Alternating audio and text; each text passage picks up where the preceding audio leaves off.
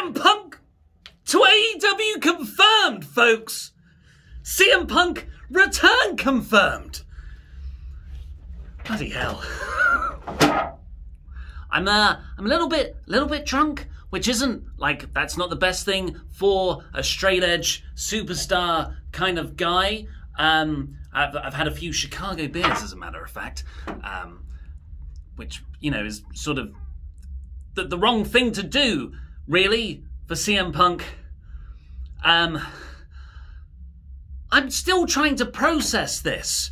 I guess if you haven't heard or figured it out by the title, the thumbnail, the big CM Punk to AEW confirmed thing I did at the start, CM Punk to AEW confirmed. He came out right at the start of Friday night's Rampage. They obviously knew, well, let's not F about with this, because the whole night it'll just be people chanting CM Punk, or like me and Luke did on Thursday going, "Where Punk? But where Punk?" Yeah, this is a great John Moxley and Daniel Garcia match, but Uela Punk. So it was just like this weird calm at the start of the episode. And they were, like, the graphic in the corner was going, oh, and we'll have this match up later and this match, but up next, the biggest announcement in AEW history. We're like, yeah, and they keep going through the matches. And then the commentary team, just quite matter-of-factly, but it was just a genius move of sort of, not even subtly, but just the calm before the storm, almost like that Chicago Center, the United Center, just had this tension in it, this tangible tension. And then everything went quiet for a few seconds. And Cult of Personality played. And as soon, you can watch the live reactions that me, Luke, and Pete were doing at the time. As soon as that music started to play, the whole crowd started cheering and going crazy. And I personally, and I'm feeling it a bit now again, I just started getting a little bit emotional, and you'll see, I didn't know how I'd react. You know, the idea of CM Punk return confirmed, or to WWE or to AEW, has been a running joke for 3-4 years on this channel now. Like, you know, whatever you're doing, Punk, but you're going to come back, right? You know, because I very much want him to. It was one of those sincere jokes, you know, where you make a joke, and if someone says, all right then, you're like, oh, cool, wicked. I wanted that, but I was trying to play it off as a joke to act like a tough guy. So I didn't know how I'd react. And I said it was kind of like a kid at Christmas knowing what he was going to get, and you have to feel like you have to do a big reaction to say thank you because you've wanted this thing forever, but the surprise is already ruined because everyone there knew Punk was going to debut. And then he came out, and I just the only thing I can compare it to is when you know, on your left cap in Endgame, where all the heroes come back to help the Avengers against Thanos. It was that kind of like overwhelming, just heart pounding. My legs started to shake. I don't know if you can see it in the live reaction. It was going up and down like it was had a thing of its own. I couldn't consciously think. I couldn't really talk, and I was just my eyes were streaming. I'm so glad that is on camera for posterity now, so everyone can see it, and my friends from school can text me tomorrow and go, You sure you were crying over the wrestling last night, dickhead? And I will just have to take that on the chin and unapologetically, because then Punk comes down to the ring and he, like, Adam Blompier's fancy booking, you know, booked him as a heel, and it was a very good story. It went up on Parts of Unknown. You can go and watch that right now. But as soon as Punk came out, you could see that was his reaction too. I don't think he had sort of really comprehended how much this would emotionally affect him. He seemed to well up, and these weren't crocodile tears. He felt it there. This is Chicago. And he walks down the ramp and he like hugs a guy at ringside, and we're all like, oh my God, that's beautiful. And then he just turned around and almost crowd surfed into the other side of the ramp. embracing everyone, embraced loads of people around ringside, including the guy next to Brock Lesnar, fan guy, but not Brock Lesnar, fan guy. I'm insanely jealous of everyone in that arena, let alone the ringside people that got to touch him. It's weird. I mean, but that's true fandom, right? When, you know, the suffocating kind of fandom, when you envy people when good things happen to them. And he gets in the ring and he says, hey, you know, I'm back essentially, but not just back for a bit or for a show or for a pay-per-view or even for a year. He said he's got time now. He's got Wednesdays, he's got Fridays, he's got 4 pay-per-views a year. And he definitely gave the impression this was more than a year-long contract, that this was a multi-year deal. And later on in the promo, he spoke just beautifully about how there was a point when he got to the point where he just had to leave wrestling. And, you know, it's kind of a misdirect because you're like, oh, when you left WWE. And he didn't say WWE. He said that date was in 2005 when he came down and he had tears in his eyes and he left Ring of Honor. And that was when he left. And he said these words, professional wrestling. And it just takes you back to that pipe bomb promo when he called professional wrestling by its name, not sports entertainment. And then he said, and now I'm back. And I'm back for you guys. And I see, he's essentially saying AEW now is what he left in Ring of Honor. Like it's that, I mean, so's WWE's main event scene right now and most of NXT, but it's this idea that there's a purity of professional wrestling that a lot of us thought, maybe Punk isn't into anymore. Maybe Punk is just doing it for the money or for the just never-ending questions and interviews. But no, he really, really sincerely put over, I believe, but I'm a mark, that he loves professional wrestling still. And if he was doubtful whether the bug would fully reawaken within him, I think that reaction from Chicago, how he was received, will certainly reignite it there. And what else did he talk about? He said an interesting line about how, as part of that, he wants to help build those new wrestlers that remind him of those times in Ring of Honor. You know, people who wouldn't have had a chance really in WWE. Like he, you know, he said when he left Ring of Honor, he wasn't the sort of guy that WWE would get behind. And he specifically name-checked Darby Allin. And Darby Allin's up there in the rafters with his dad Sting. And he was like, I'll see you all out, essentially. So there we go. There's our first match. I don't know if we'll see any Punk in between now and then. I should think so, because they're in Chicago for Dynamite and Rampage, I believe. Yeah, it's Dynamite next week, isn't it? There's a couple of shows in Chicago. They're definitely all out, and Rampage, I would say.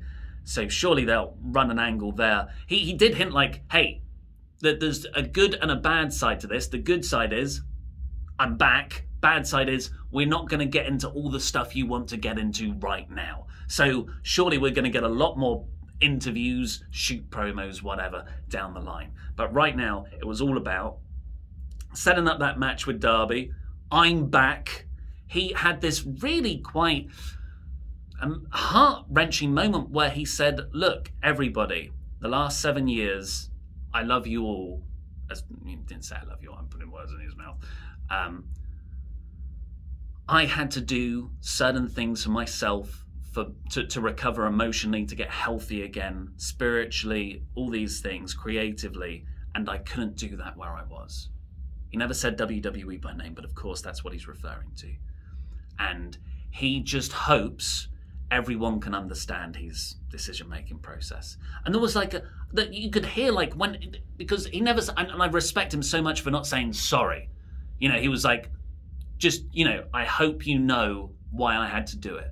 And the whole, like, you could feel it in the crowd. The crowd were like, man, you don't have to say that. We love you, man. It's okay. You don't have to be, like, almost a boo. Yeah. But yeah, a few definite digs at WWE in this. Not saying them by name. It was very well done. And also that he wants to put over the new talent. Only name-check Darby. He also did say, I want to settle a few old scores. And you look at that AEW roster and you're like, well, who is that? You know, who's he got history with? Of course, he's got history with Jericho. He's got history with Big Show, Luke Gallows, Serena Deeb, Colt Cabana. So it perfectly laid out the mixture of working with those old rivalries and character bits you can lean into, and the new ones. Andy's around for multi-years. You've got to assume it's of course it's been announced now that he's AEW All Elite. He's got this banging new t-shirt. Apparently it's pretty much the old design, the white one with the black stripes. I'm going to order it as soon as I possibly can. Pro Wrestling Tees crashed after like 3 minutes because everyone was trying to do that same thing. Expect that t-shirt to replace all the Jam t-shirts around the world, I expect. It's just got the sort of CM Punk arms there rather than the lightning bolts. And the other great shot at WWE was at the end of the promo. You know, he was wrapping up and everyone's like, CM Punk, crowd were hugely emotional for him. Then he goes, oh, just as like a thank you for 7 years is a long time to wait, right? So as a thank you, everyone, when you leave here, pick yourself up an ice cream bar on your way out. The CM Punk ice cream bars. And he leaves, and he's just got a huge smile on his face. Commentary team after the break, they're tucking in. Taz takes a freaking half an ice cream chomp. So these were the ice cream bars that CM Punk demanded from WWE that they make for him as part of, the storylines back in 2011, that summer of Punk there. I had the t-shirt. I had the black t-shirt with the ice cream and the CM Punk design on the ice cream. Genius viral marketing, because you've got, what's the United Center? 20,000 whatever people. They're all going to leave. They're all going to get a little CM Punk ice cream. They're all going to take a photo of it and post it on social media, because that's the only memento you will have of it. It will melt otherwise. It's excellent fan service, a dig at WWE, and a genius marketing move. This freaking company. Yeah, I'm very, very happy. I can't really believe it. I'm a bit sort of. It's that kind of emotional.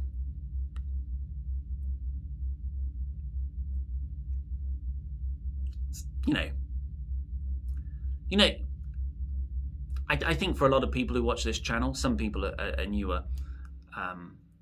CM Punk's incredibly important to them because he was a shining light at a time when WWE was very, very bad.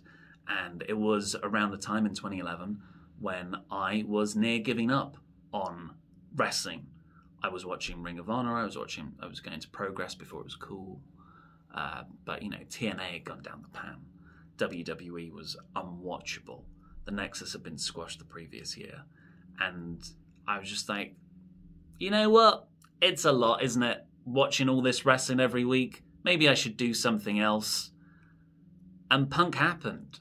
And he cut that pipe bomb. I mean, I was already into Punk, but,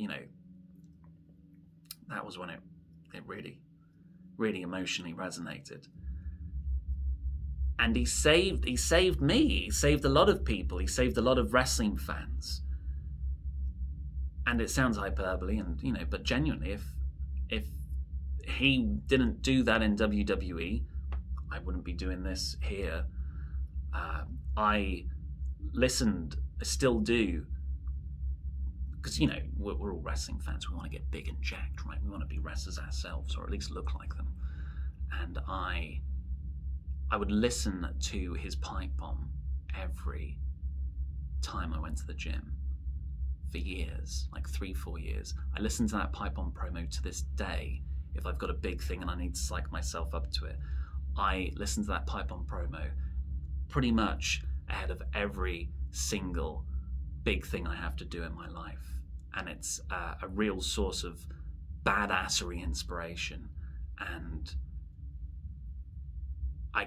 it's amazing. It's amazing he's back. And I'm very, very thankful.